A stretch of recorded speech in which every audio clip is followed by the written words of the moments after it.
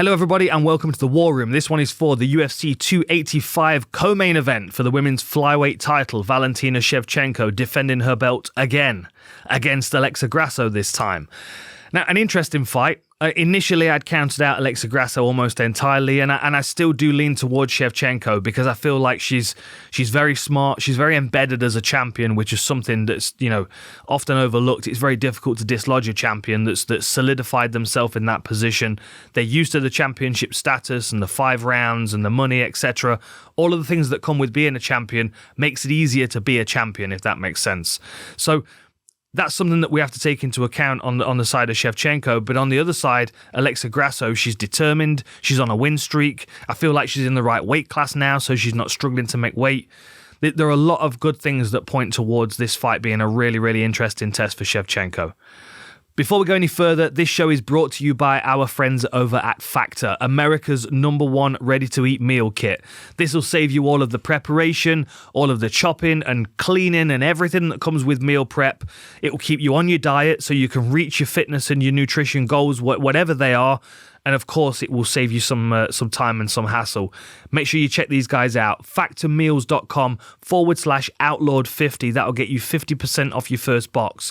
And we've got you covered. They've got keto, vegetarian, vegan, whatever you need. You've got 34 chef-prepared meals each week, as well as 36 snacks and smoothies and a whole variety of other things. It will save you some time. It will keep you on your nutrition goals.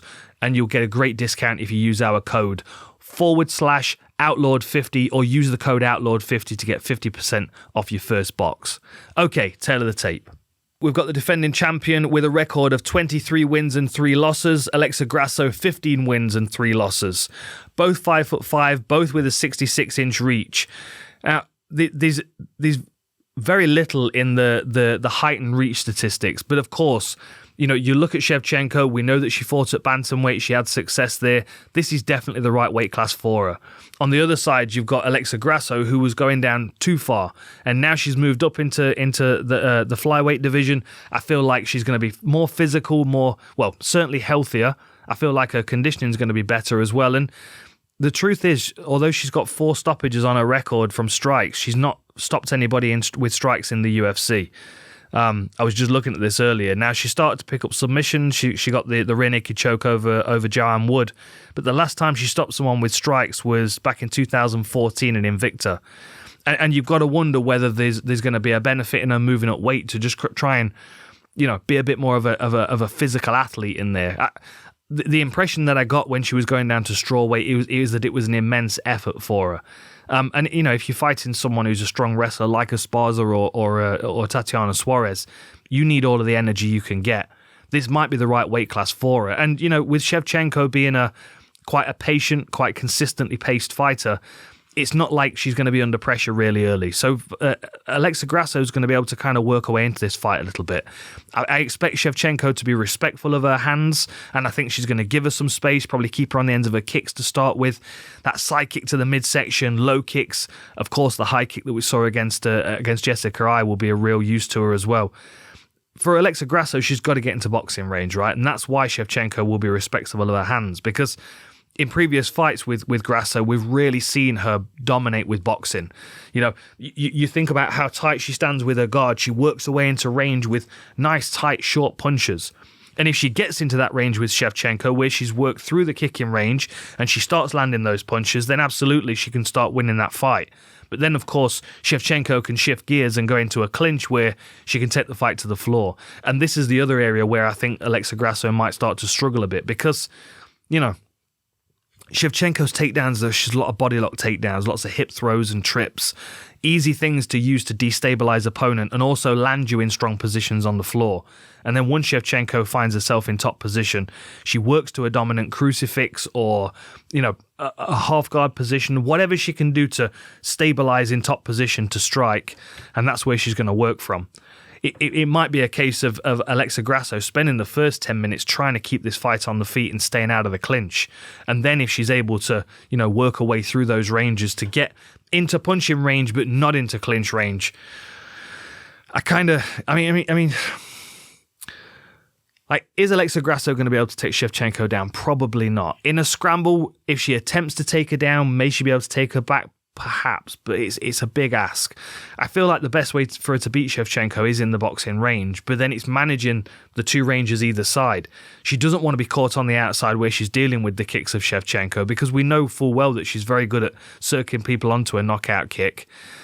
But at the same time, if she gets close to her, then she's going to have to deal with that clinch. And, Grasso, again, moving up into this weight class, might feel a little bit more physical now as a flyweight, and she's on a 4-fight win streak. She's just beat Araujo, who's a very physical specimen. And, she looked good. Again, Macy Barber, another very, very tough, strong, heavy flyweight. Someone that was able to control her very little up against the fence, and she was able to circle off. Like, she might be able to maintain this in her range, but her range is boxing, and that's where I feel like it starts to lean towards Shevchenko with the advantages. So aside from the height and reach on the tail of the tape, which is relatively equal, slightly higher striking output for Alexa Grasso, better striking accuracy for Shevchenko. Again, she tends to overextend herself very, very little.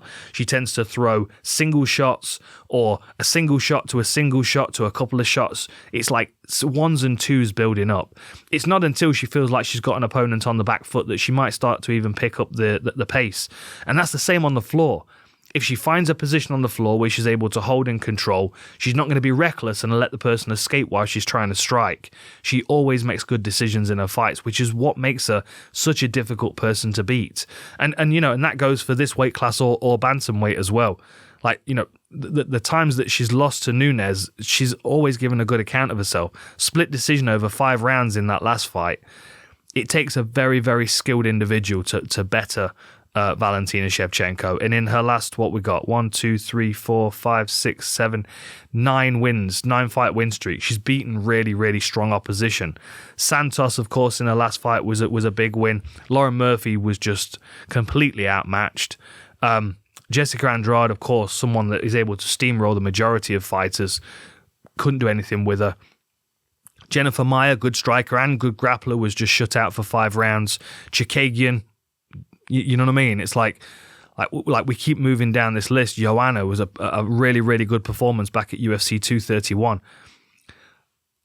I haven't seen what I would expect of a challenger that's going to destabilize Valentina Shevchenko as a champion out of Alexa Grasso. That was kind of a long way around saying it. I don't know as Alexa Grasso has got what she would need to beat a champion like Valentina Shevchenko. Like, the thing is, when you've got someone like Shevchenko who is very good at kind of managing themselves and managing space and pace and distance, you kind of need an X-Factor kind of fighter to beat them, right? Like, you've got GSP, your X-Factor fighter is someone like Matt Serra, who's got so much belief in his ground game that he's going to throw mad powerful shots over the top. Like, they're the kind of, like, you need that reckless commodity a little bit. And I don't know as we see it with Grasso. She's tough. She puts her punches together well, but she doesn't move her head a great deal. And she's not reckless, which is a good thing most of the time. But with someone like Shevchenko, you need a little bit of a foot on the gas. That's why, when we were watching John Jones against Santos, the question was, is Santos going to be that chaos, that chaotic element in the octagon that might catch John Jones with something? Because ultimately that's where Santos would have won the fight in my eyes. It's the same thing here. That's why, like, if I look down these opponents, I didn't expect Lauren Murphy to beat her, or Jennifer Maia, or Caitlin Chikagian, because they're all good at everything, but there's not anything about them that stands out in particular. But then when I look at them, I go, Jessica Andrade, she's the one that stands out on Shevchenko's record. Because she's immensely powerful, she can, at any point, pick you up and slam you, or land one of those big shots to the head or body that does damage. And that, for me, if somebody's going to beat Shevchenko, they have to have one of those kind of qualities. And again, maybe I'm underestimating Alexa Grasso here, but I don't see her having that physicality at this weight to be able to really put it on Shevchenko in the way that someone would need to beat her. And even Amanda Nunes couldn't put it on her in the way that you would expect her to as a bantamweight champion. She is a very, very difficult person to beat. And as you'll see on the Picks podcast that we've just recorded live, Veronica's very, very high on the possibility of Alexa Grasso. And I can see ways that she can win this fight. And, with the year of upsets that we've had, not this year, but last year, it wouldn't surprise me if Alexa Grasso is the one to upset her. But can she beat her a second time? I think she's going to struggle. It's a good opportunity for Grasso, but I just don't know as anybody in this division right now has got the ingredients to be able to better Shevchenko. But hey, I am more than happy to be proven wrong, and I am often proven wrong. And if this is the opportunity, it opens the division right up, and I think that would be really, really good for this division. I just think it's going to be very difficult to get the belt off Valentina Shevchenko without doing something particularly spectacular. And hey, Alexa Grasso, she might surprise me, but I think this is a very tough test for her. And I think because she works so well in that range right in the middle, where you've got kicking on one side and clinch work on the other, it's kind of difficult to stay on that track all the way through the fight. Do you drift out of range and into kicking range and struggle to get back in? Or do you drift into clinch range and get hit and get taken to the floor and not be able to get back up? And if you do get taken down and you are able to get back up, how many times can that happen before you start to fatigue? This is a 25-minute fight. Shevchenko, of course, is very familiar with 25-minute fights. I think this will be Alexa Grasso's second ever 5-round fight. And Araujo's good. But Shevchenko's a different kind of beast. Anyway, enjoy the fights. Thank you to our sponsor, Factor. Make sure you check them out. Use the code OUTLAWED50 and you will get 50% off the first box. They are fantastic meals. You will very much enjoy them. All right, enjoy the fights. I'll see you next time.